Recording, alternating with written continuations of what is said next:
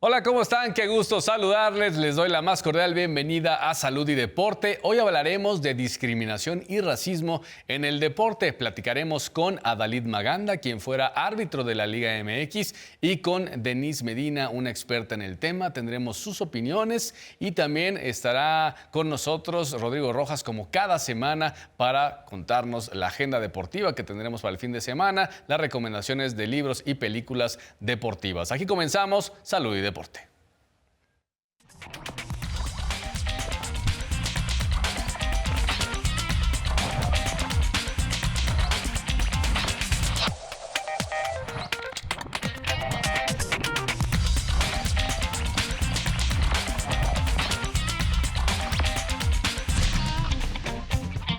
Saludo a quienes nos ven a través de su televisor por Canal 14, en internet por mxplus.tv, Canal 14.tv, en nuestro Facebook Live y también en nuestro canal de YouTube. Y agradecemos a quienes votan en nuestra encuesta y nos mandan sus comentarios en @canal14mx y @soyjorgerubio_p.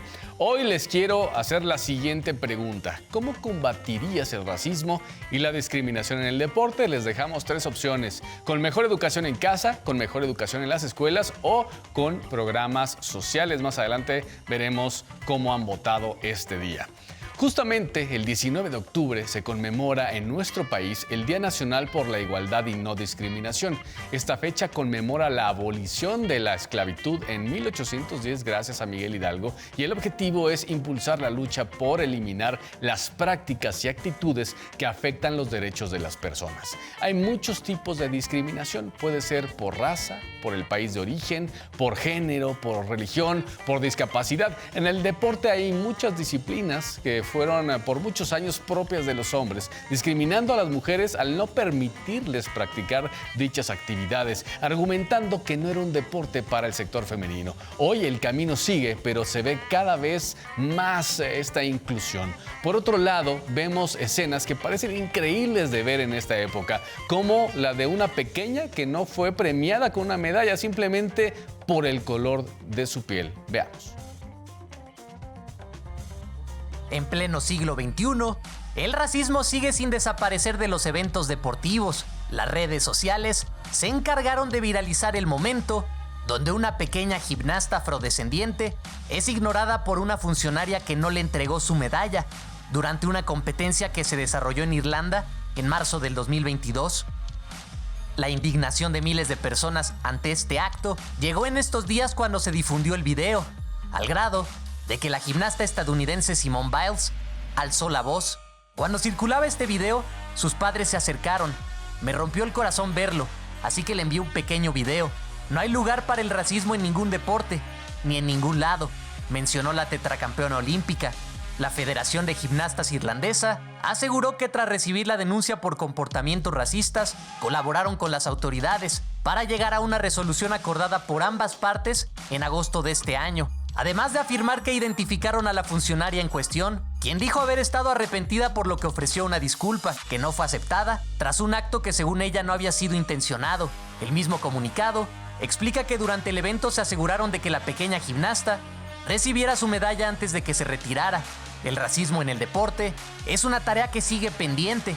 A pesar de que esta plataforma universal debería de promover los valores y la cohesión social, aún podemos encontrar casos donde la exclusión, la intolerancia y la discriminación por cuestiones de género, raza o religión siguen permeando en la sociedad. Canal 14, Rodrigo Rojas.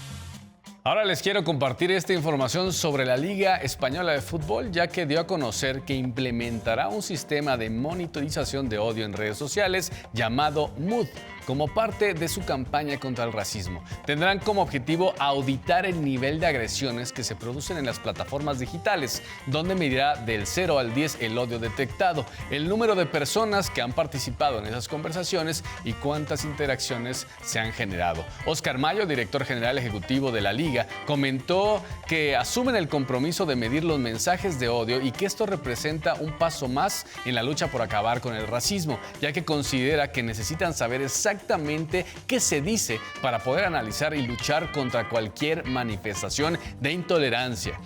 Mood tendrá la tarea de sensibilizar aún más a la sociedad para que España sirva como motor de transformación en el fútbol. Del mismo modo, la Liga denunciará cualquier procedimiento penal relacionado con hechos violentos ocurridos, así lo que está ocurriendo en el mundo, y creo que hay que dar justamente este tipo de pasos a generar acciones para que podamos hacer un cambio. Todos y cada uno de nosotros lo podemos también hacer desde nuestras trincheras. Hacemos una pausa, al regresar platicaremos con Denise Medina, cofundadora de Enclave de Paz.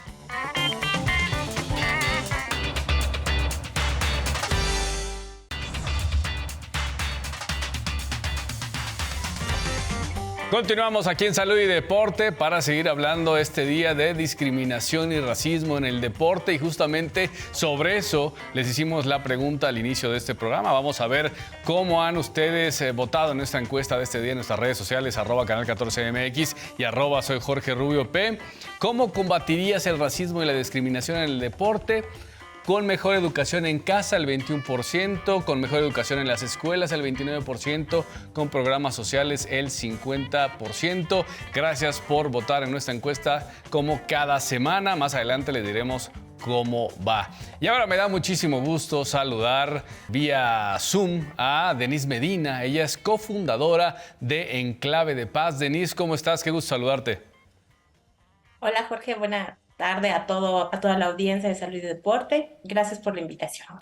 Oye, Denise, empezando a platicar contigo, háblanos un poco el panorama para que quede muy claro cuál es la diferencia entre discriminación y racismo, para que justamente entendamos perfecto todo lo que vamos a estar tocando este día.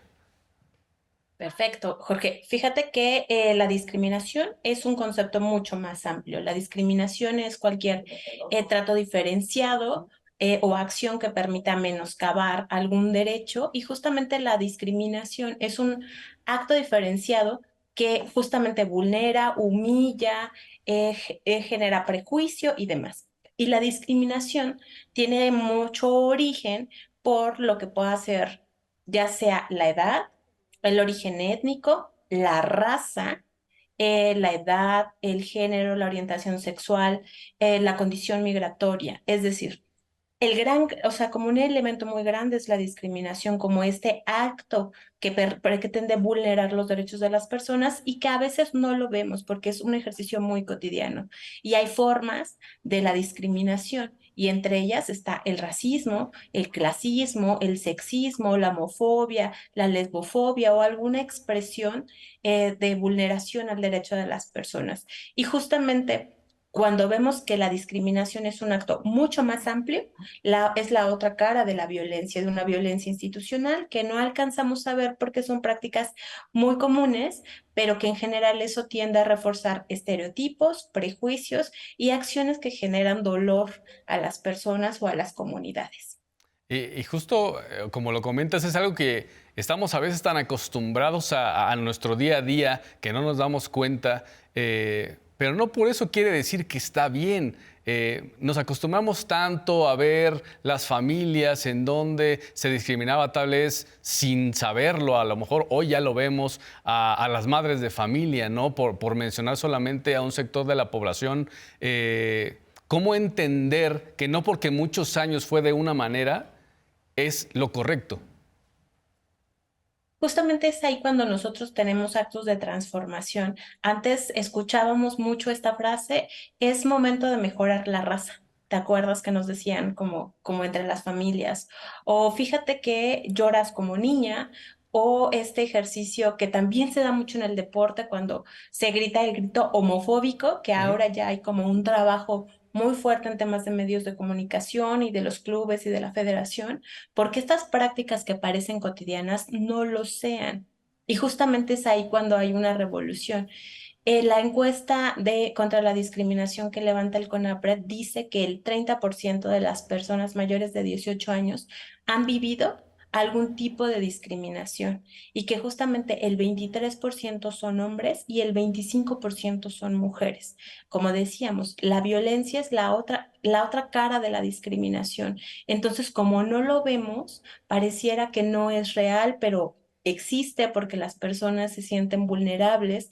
Estos espacios no son espacios seguros y generalmente genera brechas de desigualdad. Y esas brechas de desigualdad es que no tenemos los mismos campos para que podamos desarrollarnos plenamente. Las y los deportistas, nosotros lo vimos muchísimos años. En un primer momento se dejaban regir por el tema del capacitismo, es decir, las fuerzas, que fueran preponderantemente hombres. Después entraron mujeres al tema del deporte y después vemos como un ejercicio de inclusión con personas con discapacidad.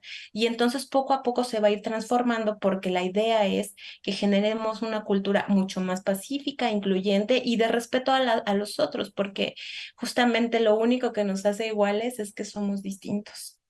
Oye, Denise, justamente hablas de este porcentaje, ¿no? De personas menores de 18 años o que en 18 años de edad han sufrido algún tipo de discriminación. ¿Cuál sería justamente el sector más vulnerable y el más discriminado pues en la actualidad? ¿Sería las mujeres? ¿Serían la comunidad LGBTQ+? ¿Quién sería? Y menciono estos dos porque son los que normalmente están como en este ojo del huracán sobre discriminación y racismo en los últimos años. Fíjate que hay un concepto que se llama la intersección, es decir, las personas no solo padecemos como alguna diferencia, ¿no? O somos mujeres indígenas, o somos mujeres que viven en alguna región alejada, o hablamos algún tipo de lengua indígena, entonces eso pareciera que nos va alejando. Las intersecciones nos permiten reconocer, uno, la vulneración que tenemos las personas en nuestros derechos y demás. Entonces, si eres una persona joven, indígena, y eres lesbiana, pareciera que te alejas del marco de la igualdad y del reconocimiento de los derechos. La encuesta nos dice que son la comunidad LGBTIQ+, quienes tienen más vulneración a sus derechos. Y justo es ahí donde encontramos a las personas trans o la comunidad intersexual que tiene mayor vulneración porque hay un prejuicio, hay como tres niveles, ¿no? Está el tema del estigma, el estereotipo y el prejuicio. Y entonces justamente el estigma es cuando tenemos una valoración negativa que daña a las personas y que por supuesto genera grupos de odio o en estos fraseos que decíamos, Jorge, que lastiman a las personas, a sus familias y nos hacen una comunidad violenta que no reconoce la diversidad.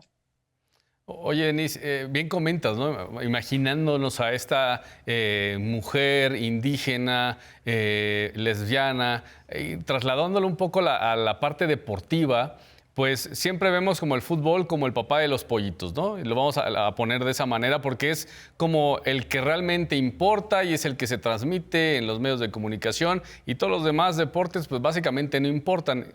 Hago este tipo de comparación un poco justamente para preguntarte cómo afecta sobre todo a las mujeres, vamos a centrarnos en ellas en este momento, el que haya deportes en que todavía se siga diciendo ese deporte es para hombres, no es para mujeres. Por ejemplo, lo has dicho perfecto, el fútbol es el rey de los deportes. Y ahora vemos, por ejemplo, a la sección femenil, que aunque son muy buenas y dan ejercicios pues profesionales, lo dan todo, son ganadoras y tenemos perfiles de alto nivel, pareciera que hay un estigma y tú ves campañas de dónde deberían estar las mujeres en la cocina. Deberían aprender a cocinar, pensando que además se alienta un estereotipo, pensando que las mujeres solo podemos estar en espacios privados.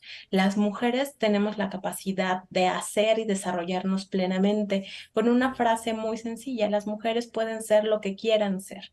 Y en Claro. esa lógica podemos ver cómo, por ejemplo, la selección femenil son mujeres muy jóvenes, pero que les ha costado muchísimo más, uno, tener el reconocimiento institucional y que también vemos prácticas violentas que pareciera que muchos hombres o mujeres dicen pues es normal, como lo que pasó con esta jugadora que fue besada Con Jenny por su Hermoso. entrenador.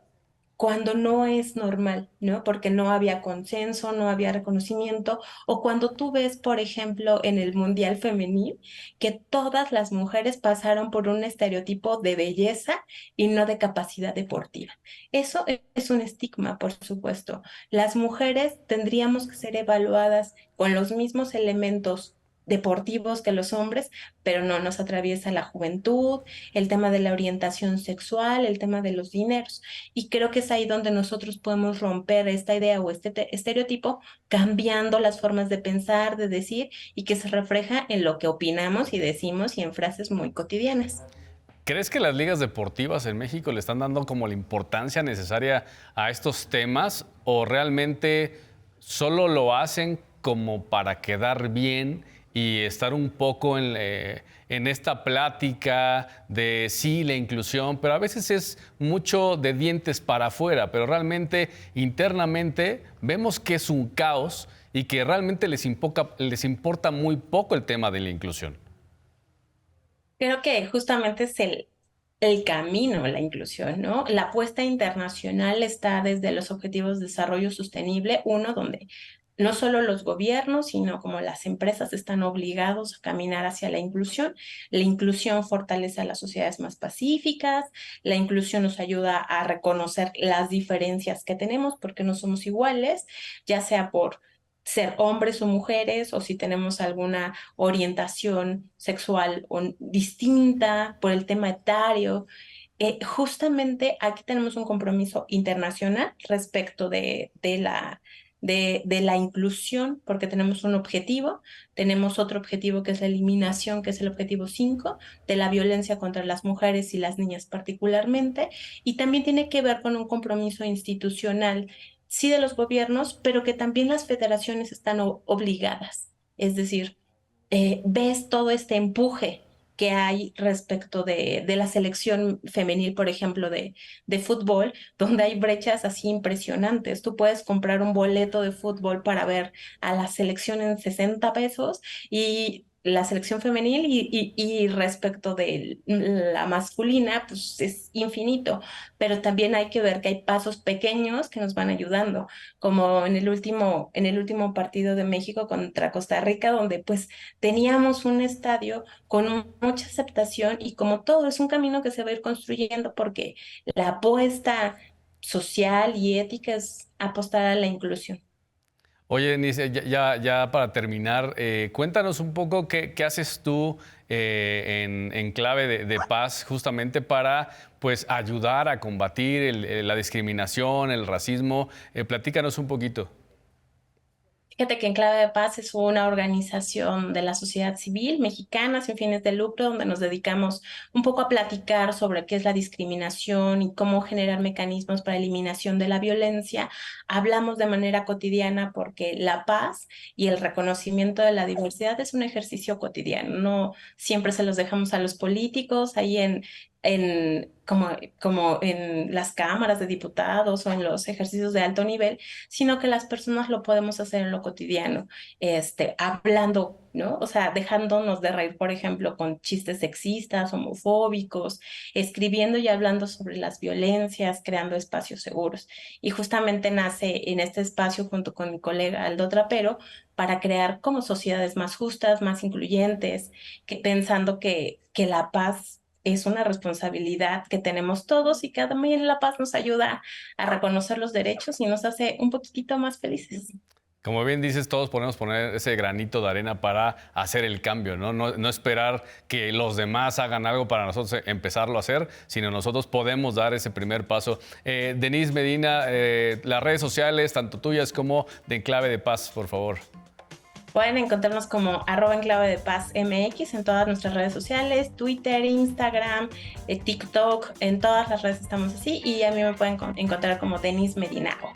Perfecto. Muchas gracias, Denise, por habernos acompañado este día. Muchas gracias, Jorge. Ahí está Denise Medina, cofundadora de Enclave de Paz. Y bueno, llegó el momento de hacer una nueva pausa. Recuerden escribirnos en nuestras redes sociales, @soyjorgerubp, @canal 14mx. Al regresar, platicaremos con quien fuera árbitro del fútbol mexicano y que sufrió racismo y discriminación, Adalid Maganda.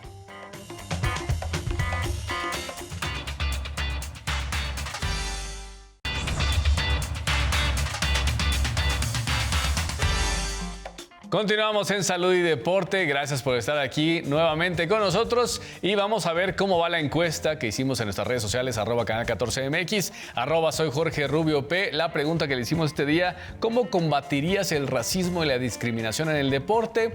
La primera opción con el 27%, con mejor educación, en casa, con mejor educación en las escuelas, también tiene el 27%, y con el 46% con programas sociales. Así va la encuesta hasta estos momentos. Y ahora me da mucho gusto enlazarnos hasta Acapulco para platicar con Adalid Maganda, quien fuera árbitro de nuestro balompié de la Liga MX en el fútbol profesional de nuestro país. Adalid, ¿cómo estás? Buenas tardes. Hola, muchas gracias. El calor está muy rico por acá. Ahorita estoy sudando mucho, aunque tenemos el aire acondicionado aquí al frente, pero en serio, ahorita últimamente hace mucho calor aquí en Acapulco. Adalid, cuéntanos un poco y recuerda a la gente qué pasó con tu carrera y con la Federación Mexicana de Fútbol. Mira, es una historia que ya todo el mundo sabe. Eh, es una historia que me cortaron todo lo que trabajé durante muchos años. Se llevó a la conclusión que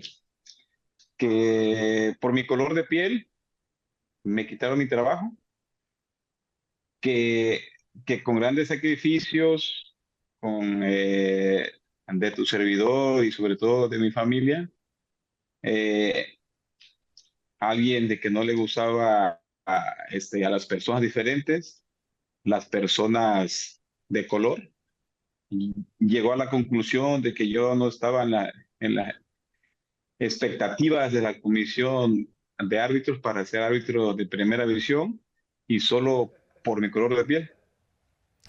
¿Cuánto llevabas como árbitro profesional cuando esto sucedió? Más de 16 años. Recordar que la federación tiene categorías que son tercera división, segunda división, ascenso MX y primera división. Y, y para llegar a primera división tenemos de que pasar por las diferentes categorías, que para mí sí se me hizo muy difícil transitar por esas categorías, porque sabes que aquí en México, cuando ves a una persona diferente de que tiene un puesto bueno, empiezan a denostar por su color de piel. Y eso me pasó a mí desde mi primer partido en tercera división hasta la primera división, hasta hubo videos muchas veces burlándose de mí. Ahí están en YouTube, y sobre todo cuando iba a Morelos, a Zacatepec, cuando iba a los estadios de tercera y segunda división, que sí, ahí fueron a donde más sí sufrí mucha violencia sobre mi color de piel. ¿Quiénes te gritaban en estos lugares a donde ibas, Adalid? Sobre todo la porra, ¿eh? Esa es la porra del equipo local.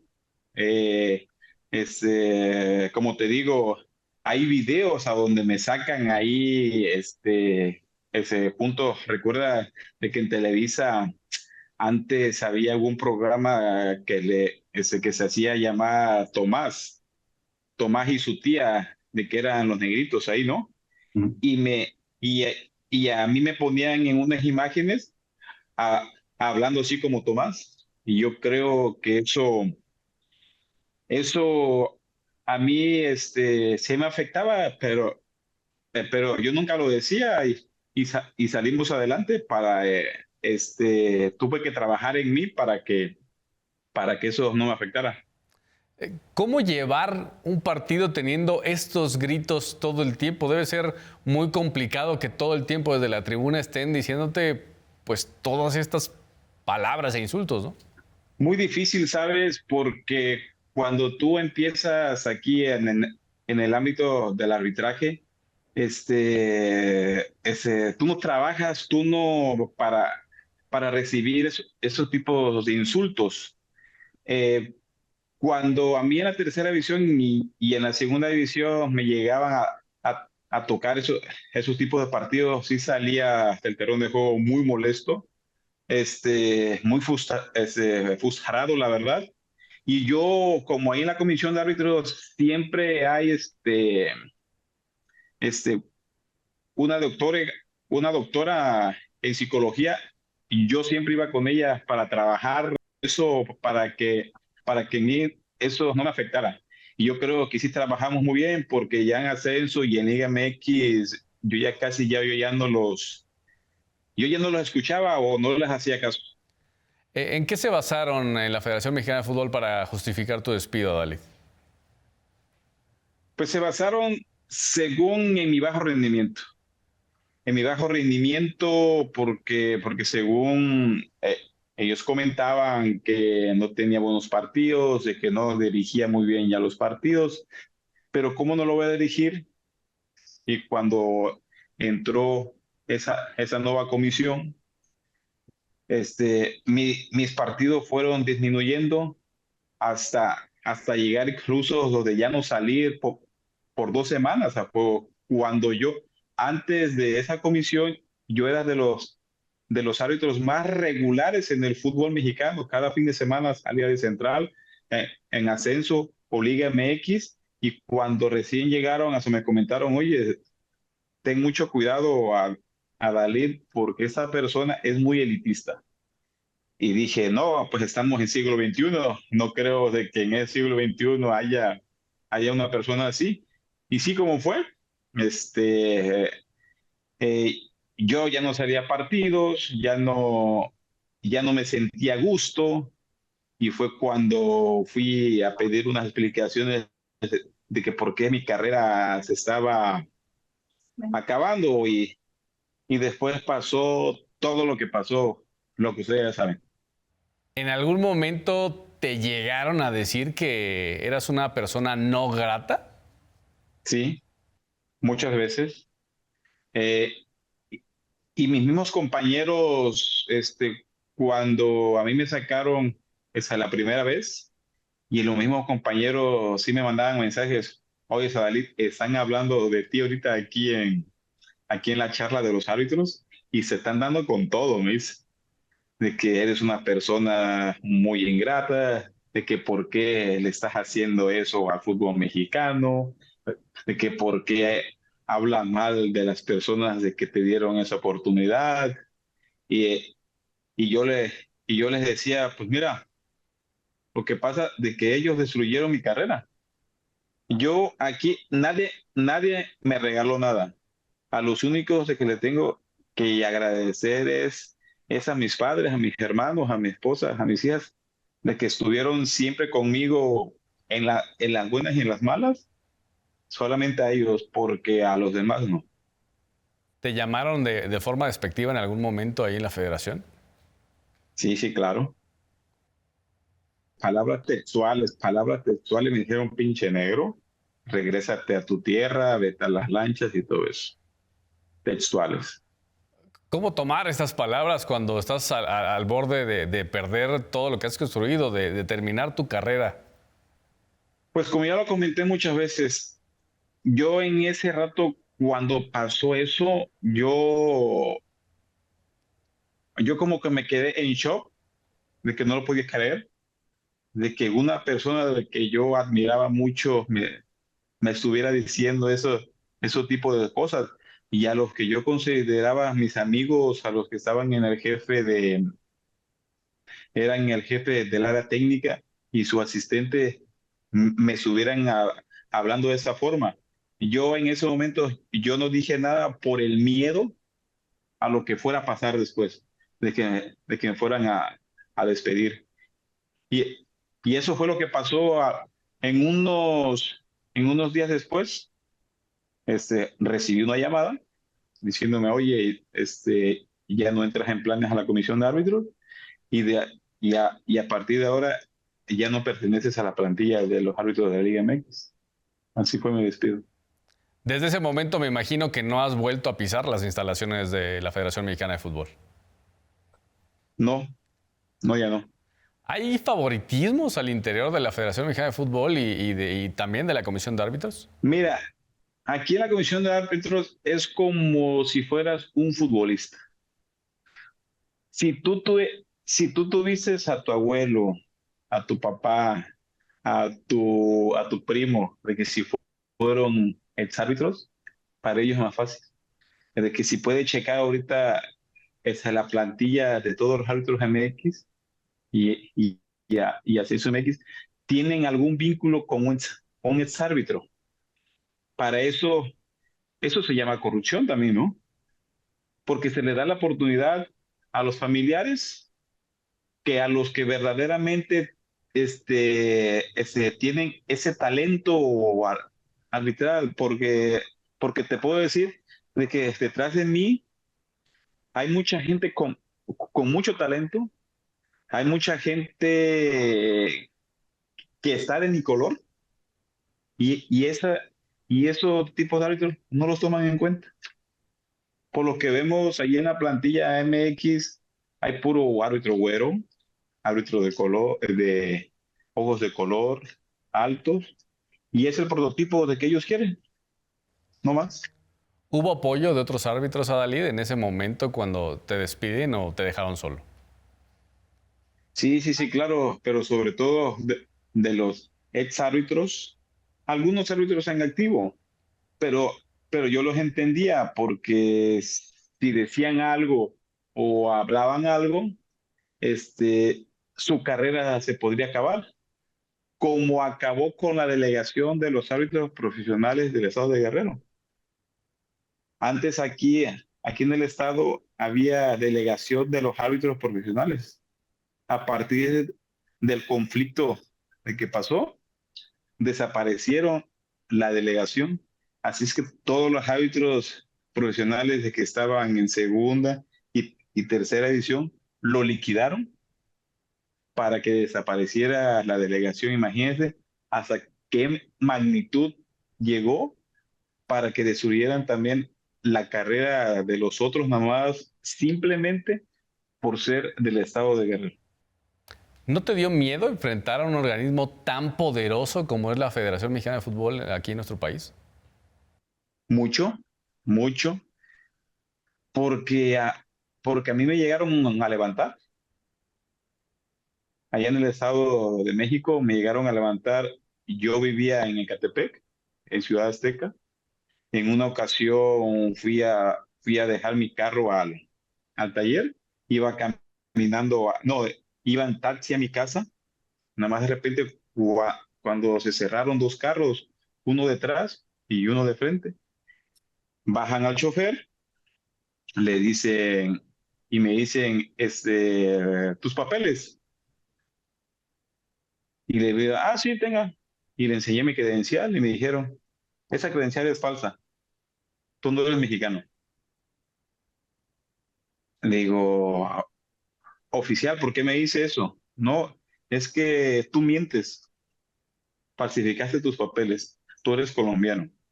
No, no, no, no, ¿cómo crees?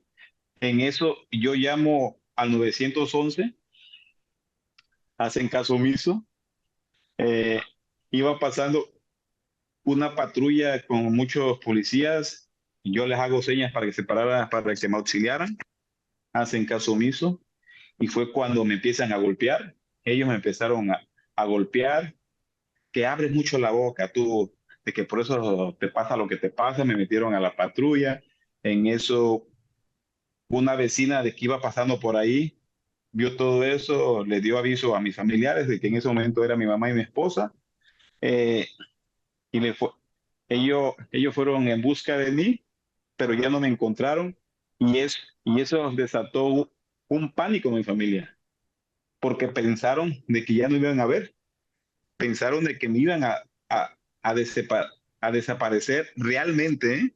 Porque ya cuando yo iba ahí en la patrulla me empezaron a decir, abres mucho la boca, ya cállate, de que estás en México, no sé qué cosa, y aquí las cosas son diferentes.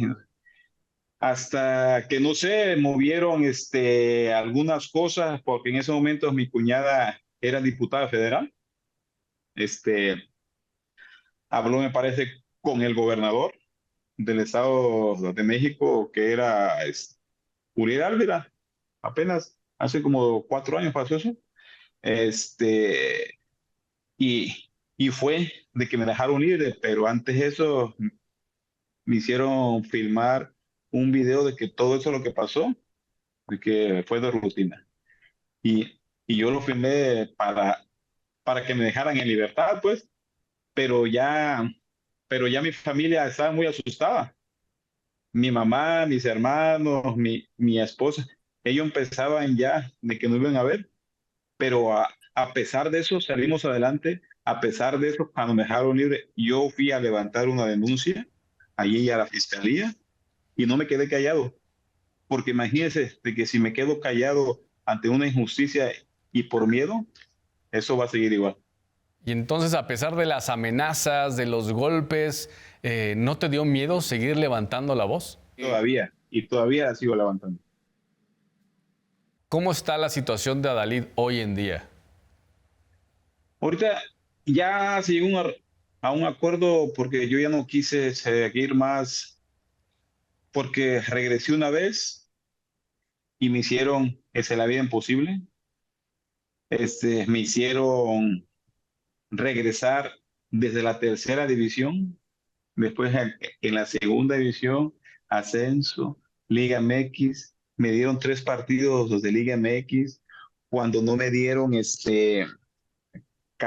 capacitación en el VAR, pues mi último partido hubo polémica en el VAR y fue cuando yo le dije, oye, pues si no me capacitan, ¿cómo yo esa herramienta yo la voy a entender, ¿no? Y pasó eso y me dijeron, no, pues otra vez por tu bajo rendimiento, te vamos a dar de baja, pero mis abogados me dijeron, esto iba a pasar, Adalid. Esto desde el inicio, cuando tú le decías, te iban a hacer la vida imposible porque tú, tú no eres una persona grata para la federación. Y eso iba a pasar. No te iban a dejar mucho tiempo ahí. Iban a buscar algo para darte de baja. Y sí me buscaron muchas veces, pero no lo habían logrado. En una ocasión, en un partido sub-20, inventaron de que yo insulté a un jugador diciéndole una palabra discriminatoria. Ahí me pararon 2 semanas, imagínense, por esa investigación. Y yo creo que, y hablando con los abogados, me dicen, es mejor llegar a un acuerdo y que esto quede por la paz, pero tú no dejes de luchar por los derechos de los afros en México. Adalid, vamos a hacer una pequeña pausa, vamos a seguir platicando contigo en el siguiente bloque. Continúen con nosotros, por favor, aquí en Salud y Deporte.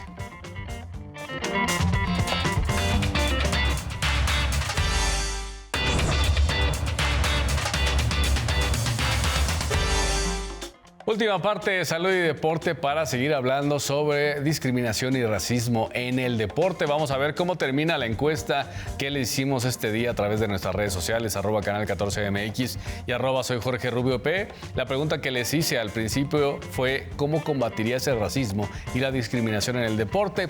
Con mejor educación en casa, el 29%, con mejor educación en las escuelas, también el 29%, con programas sociales es el 42%. Muchas gracias por haber votado como cada semana. Y continuamos platicando contigo, con Adalid Maganda. Oye, Adalid, ¿hubo acercamiento con esta nueva llegada del nuevo presidente de la Federación Mexicana de Fútbol o no ha habido nada? No he tenido comunicación con ellos, esa es la verdad, con alguien de la federación.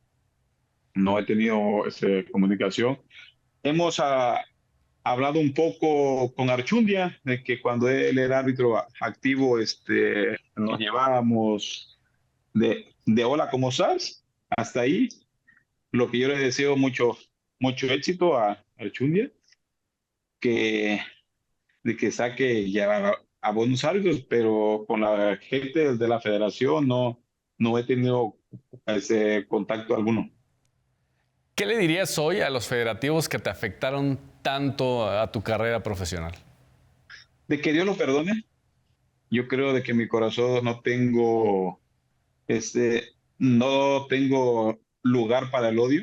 Yo creo que hay que, hay que saber perdonar, porque eso me lo ha inculcado mi familia, mi mamá sobre todo, que es una persona muy fuerte y siempre ha dicho, hay que perdonar para que tú también puedas sanar en el corazón, porque de que si yo sigo teniendo todo eso adentro de mí, hasta me puedo enfermar yo. Le digo de que Dios los perdone, que, de que ellos saben de que hicieron una injusticia, que ojalá a los árbitros de que vienen detrás de mí no le pase lo mismo, porque yo no lo voy a permitir, porque ahorita yo estoy en unas organizaciones afromexicanas mundialmente para que eso ya no vuelva a pasar a ningún árbitro, todo, a ningún deportista.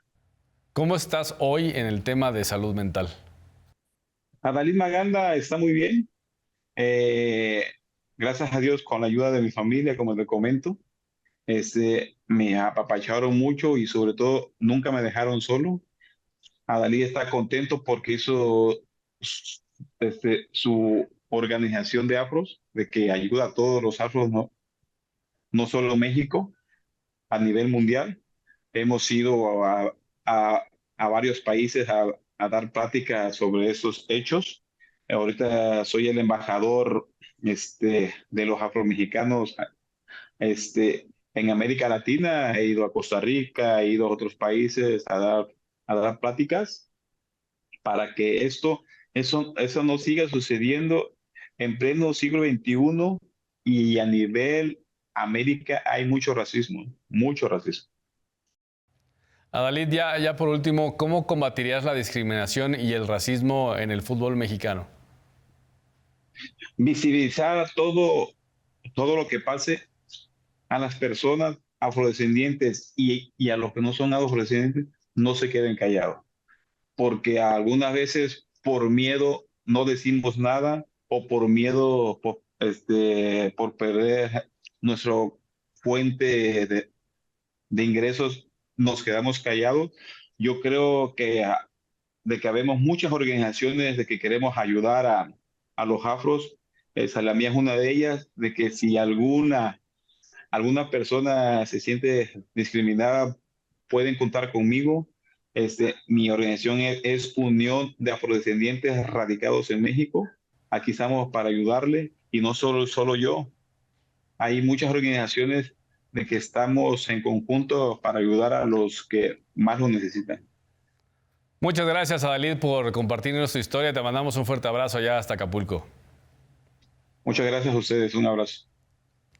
Muchas gracias, Adalid Maganda. Y ahora les presento una entrevista que realizó mi compañera Cintia Ibarra a Nicole Paredes, CEO de Player 12. Nicole nos platica acerca del machismo en el deporte de nuestro país.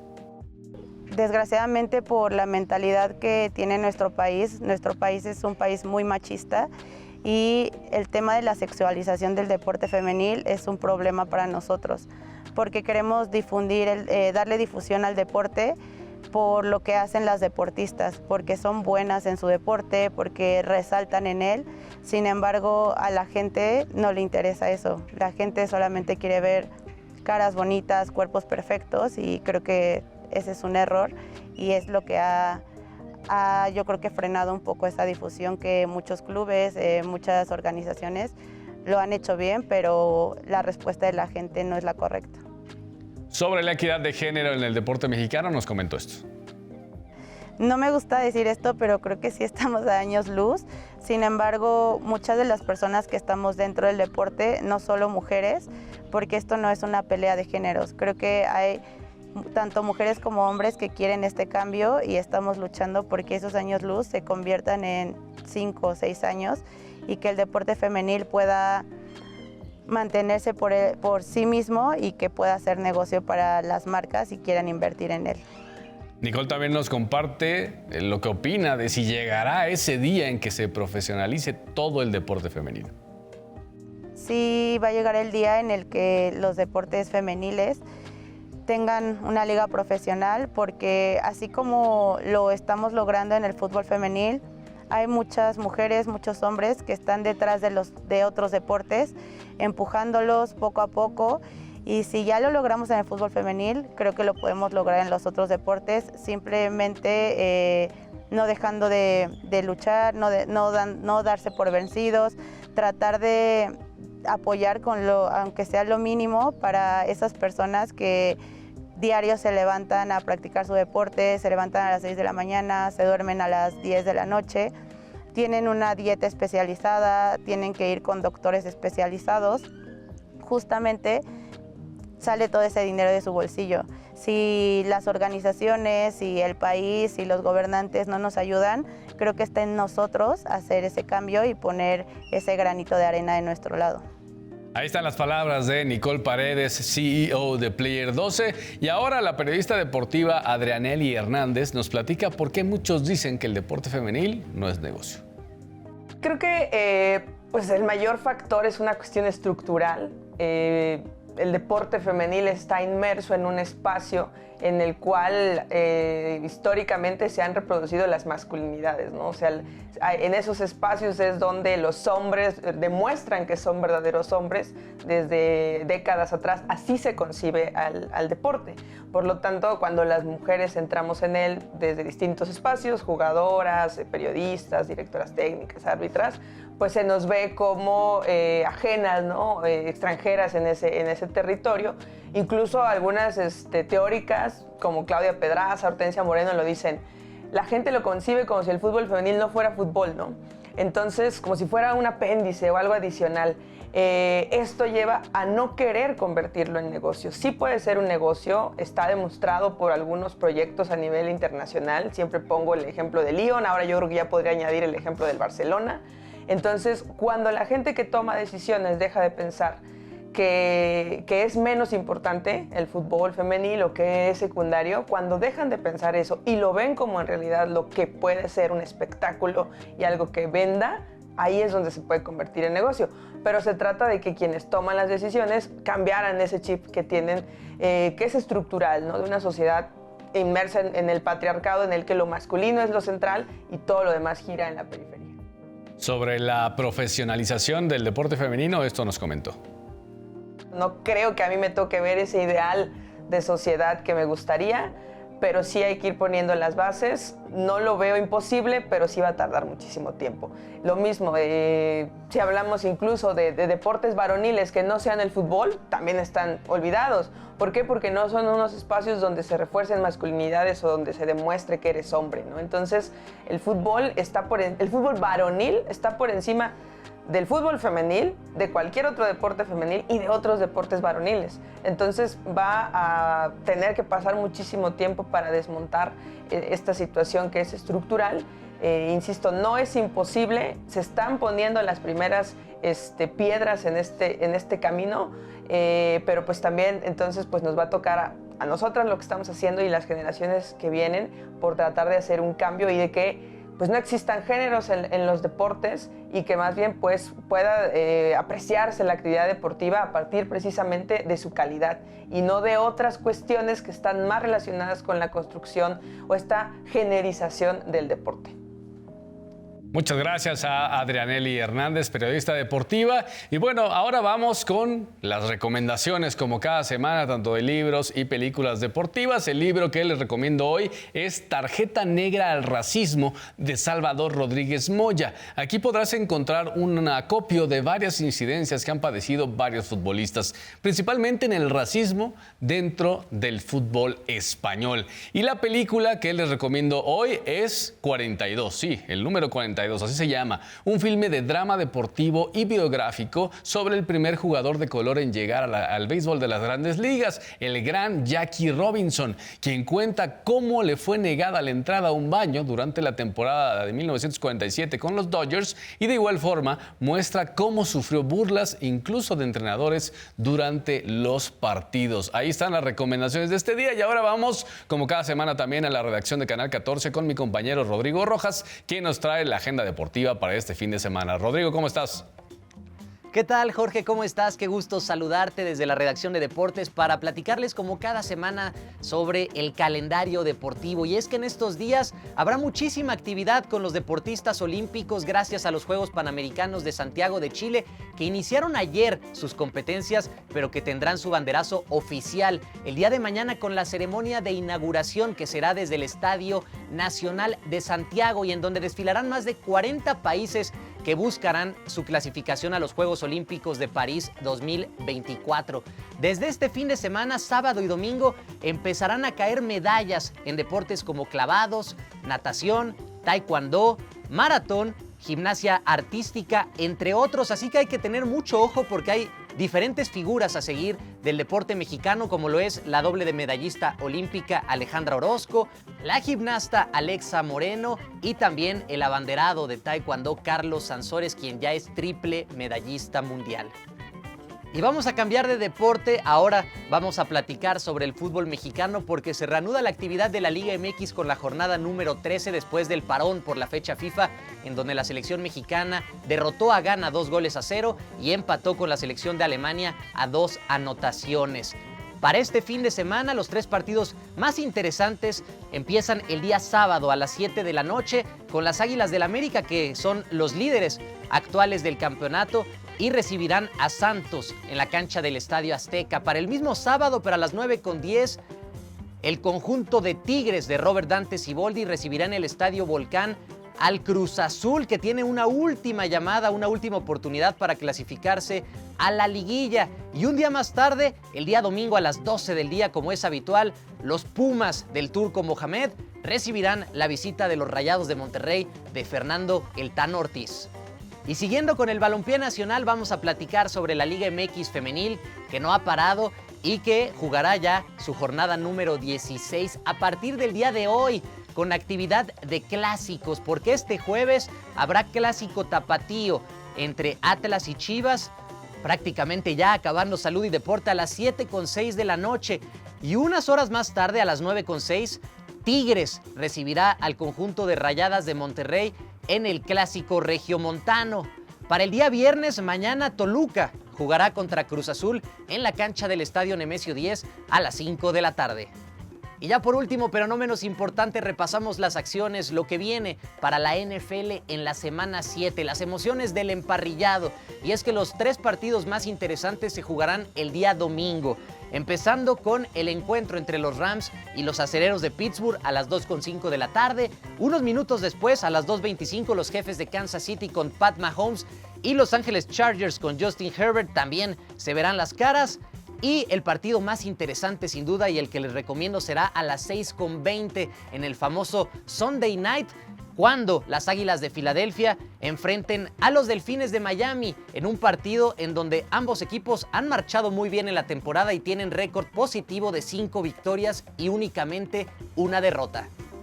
Son los eventos deportivos más interesantes para estos días, Jorge. Hay que tener el foco bien prendido porque hay muchas posibilidades de medalla para los mexicanos en los Juegos Panamericanos de Santiago de Chile. Yo regreso contigo. De esta forma llegamos al final de Salud y Deporte. Muchas gracias por vernos. Recuerden seguirnos en nuestras redes sociales y nos vemos nosotros la próxima semana. Recuerden, jueves nuestro programa de estreno y el domingo la repetición aquí en Canal 14. Hasta la próxima.